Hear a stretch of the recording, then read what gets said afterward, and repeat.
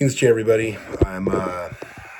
This is kind of like an interlude or intermission video, if you will, between the series of genealogy videos.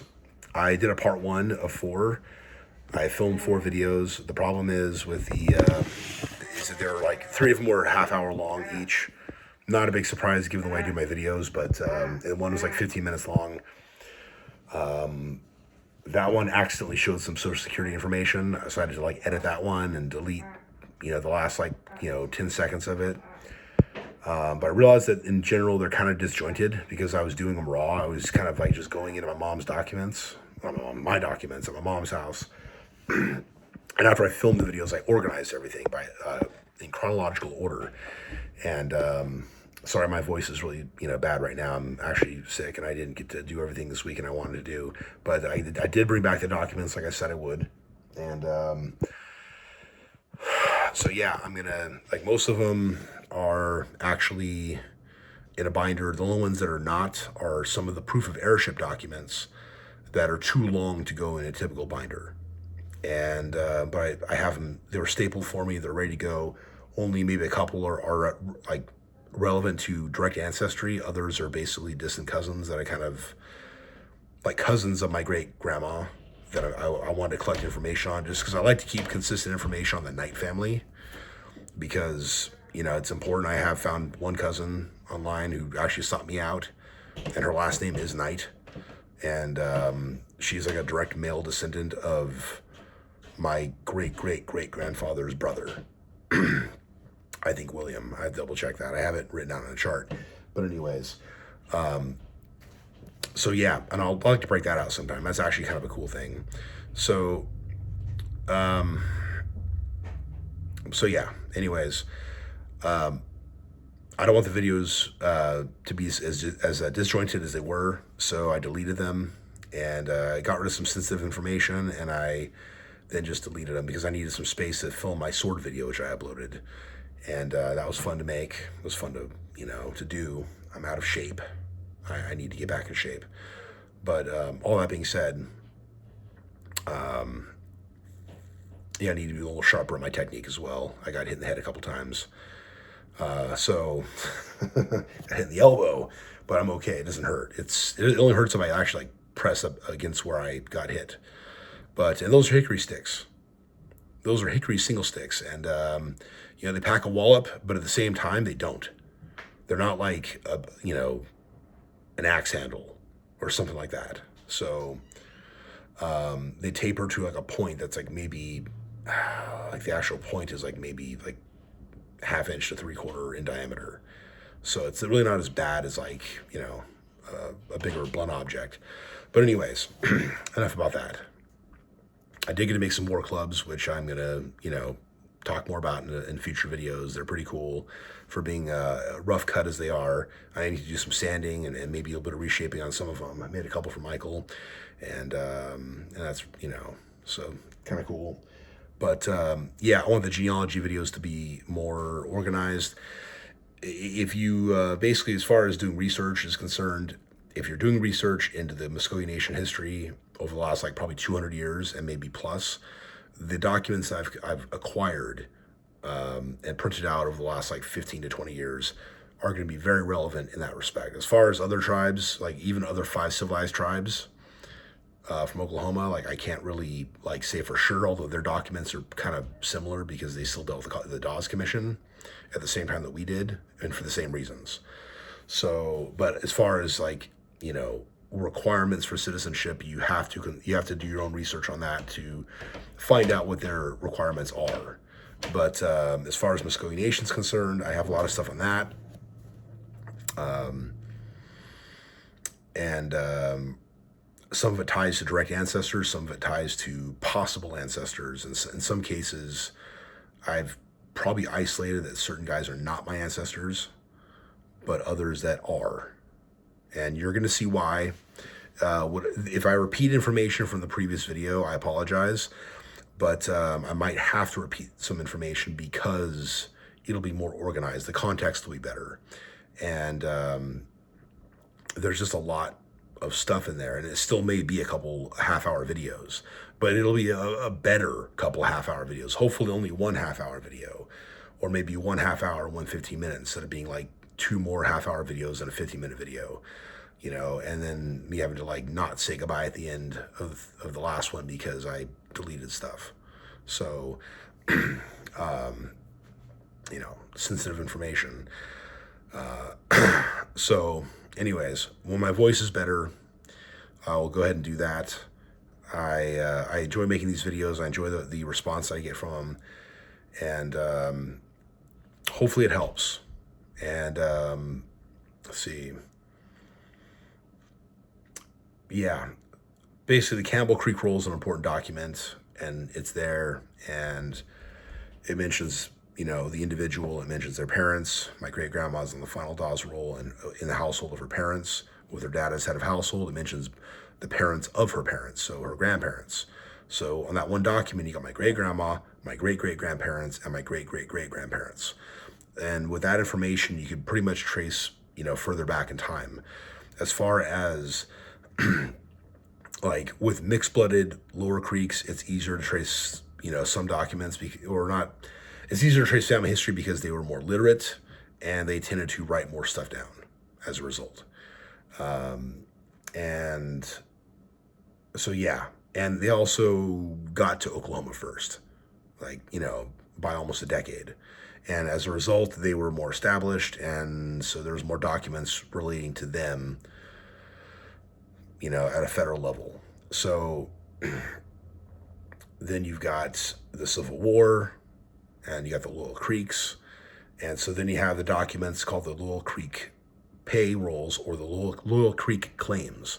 And the Little Creek Claims have a genealogy tracing one of your ancestors back to other ancestors that were in the Civil War that were loyal to the United States instead of the Confederacy. So, and I got into all the politics of that before, okay? But that's not the purpose of this video or the next video. The issue is that if you're going to trace like purported full bloods or upper creeks anywhere, like if you're going to get them like before the Civil War and trace all the way back to the actual documents related to the removal, you're going to probably in some cases have to do that with the Little Creek documents.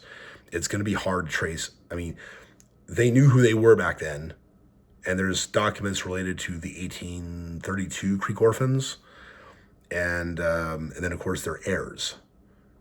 But it doesn't say specifically, oh yeah, this heir is like the son of that child, of that person over there, of that orphan.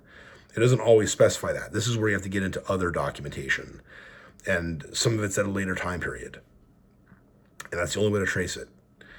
In reference to the freedmen issue, like there's people that, in my opinion, were mislabeled freedmen that should have been listed as Creek by blood, who can trace their ancestry further back through the Campbell roll, and sometimes even on the Campbell roll they can find ancestors that are listed that are actually Creeks by blood that were dead at the time, and because they were dead, there's no living ancestors that can connect them, you know, to citizenship in the tribe.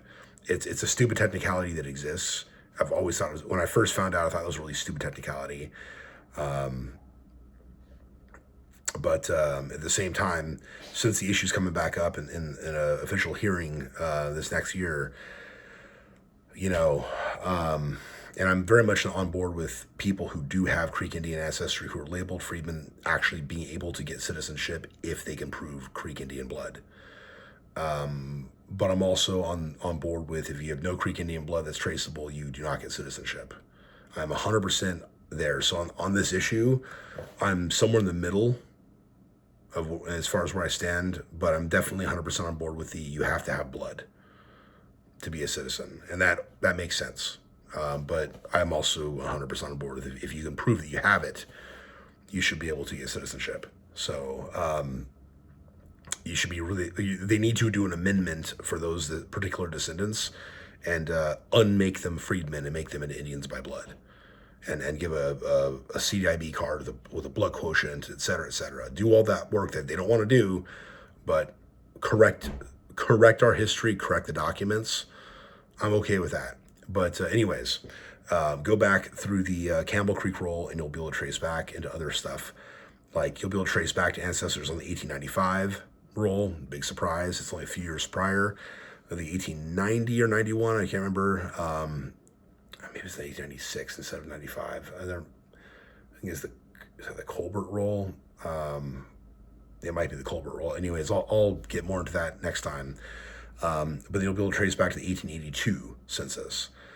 And then, but going beyond that point in any verifiable manner becomes hard. Okay, I think I mentioned before that Jacob Knight, my third great grandfather, wasn't born Jacob Knight. He was born Jacob, as far as we can tell, because when he was a kid, following a Puthlihola with his grandfather, Puthlihajo, okay, they were, these were like full-blood Upper Creeks. They didn't have white man's last names.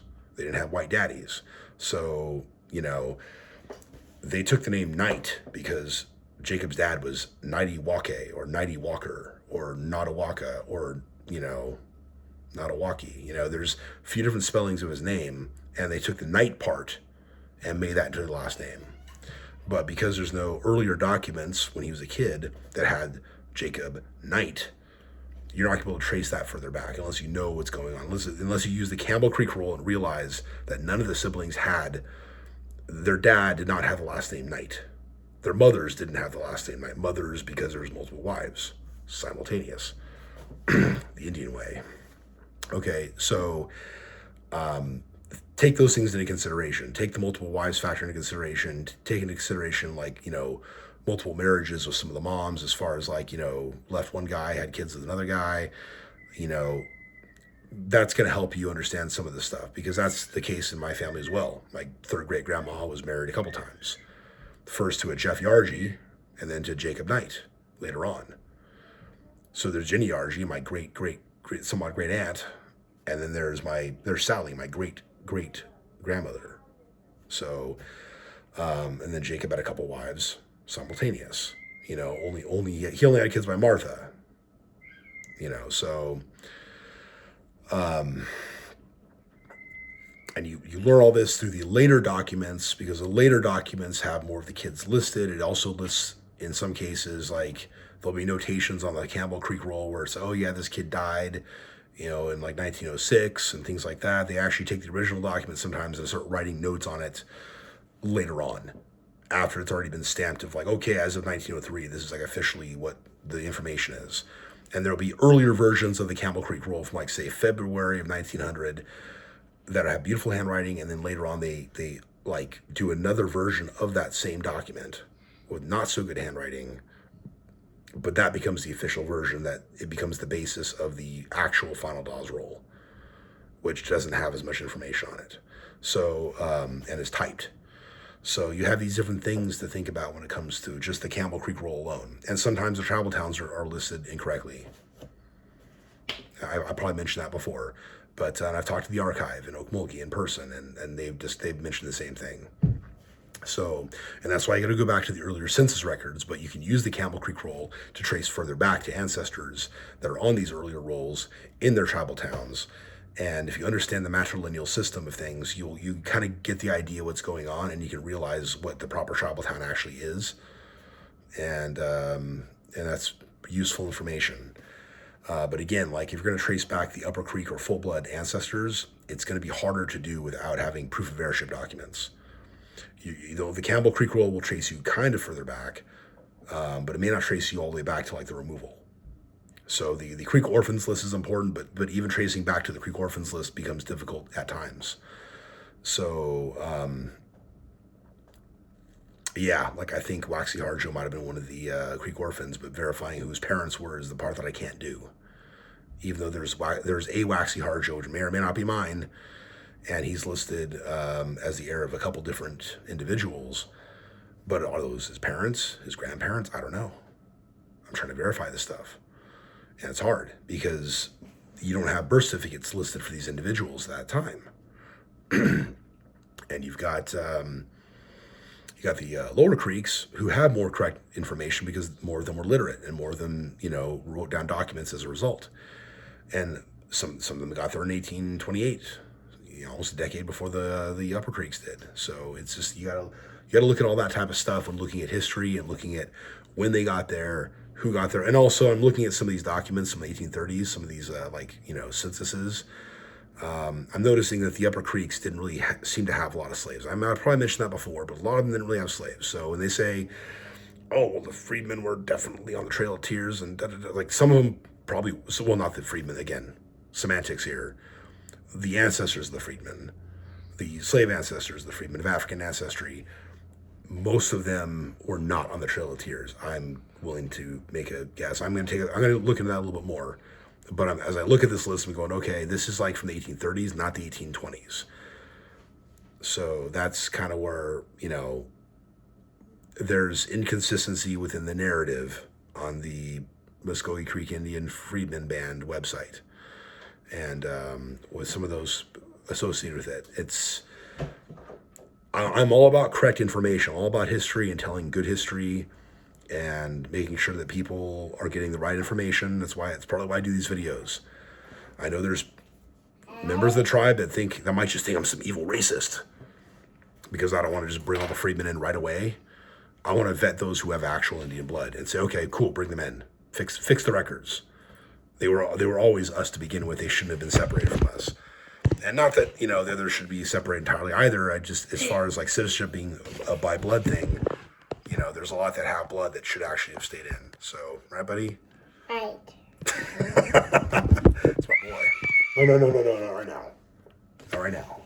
No, Michael, don't do that right now. Okay? In a little bit, okay? When I'm done.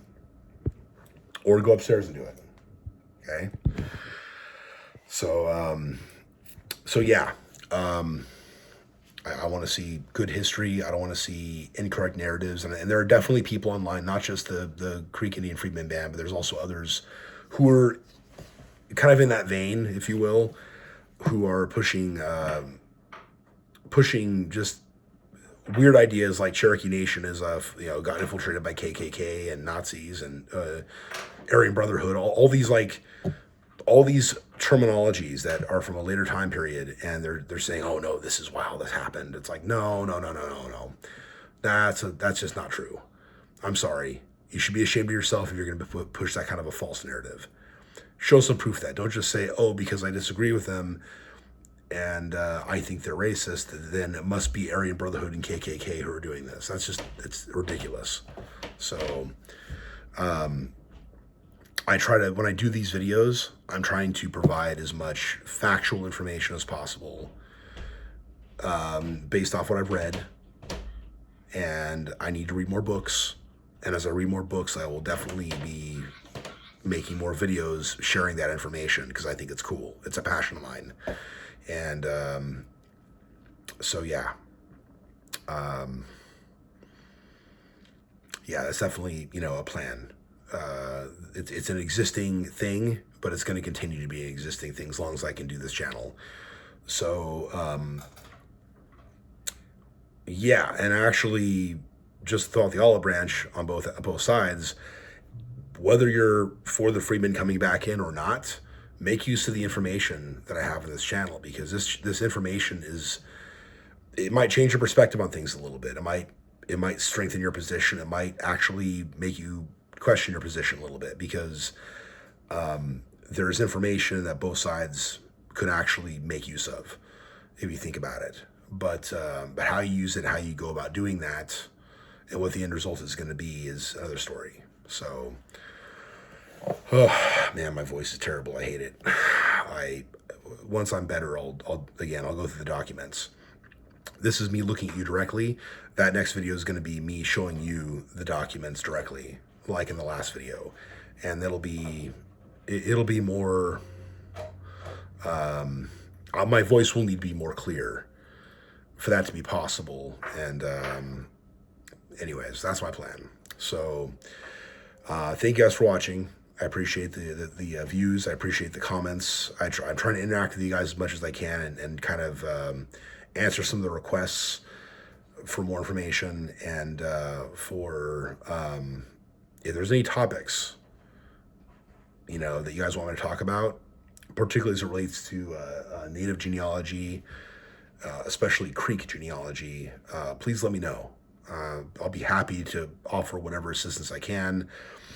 there's limitations on what I can, what I have available. I've sought out information specifically on my family, but the types of documents that I have, I know others are making use of as well in relation to their family lines. And so, and I want to see more of that happen. I want to see people actually do their research on things. I want people to, figure out their heritage, and, just know the history, what's happened. Because I think a lot of people are ignorant to the history and they just believe what somebody tells them. I'm one of those guys that's going to try to show you the source material. I might, if it seems like I'm spinning a narrative at times, I don't mean to do that. And trust me, I'm really trying not to do that. I get information from books. I get information online.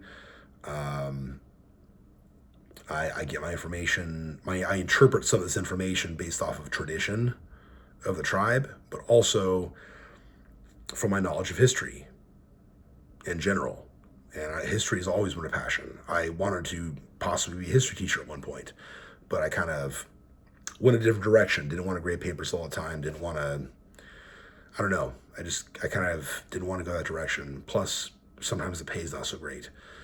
So being teacher salary is really not that great in general, from what I hear. So, anyways, but it is a passion of mine. I understand the value of a primary source, and I want you, every one of you watching, to understand the value of a primary source.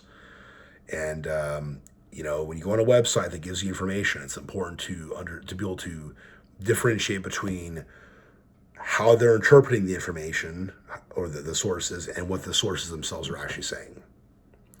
So, because there's a difference. So, anyways, guys, I got to cut this shorter than I meant for this to be about a 10-minute video, and it's already like over 20 minutes. So, I'm going to get going. Hope we're all doing well. If I don't get to talk to you guys before Christmas, have a Merry Christmas, a Happy New Year, and have a good rest of the week. And I'll talk to you guys again soon. All right, Mado.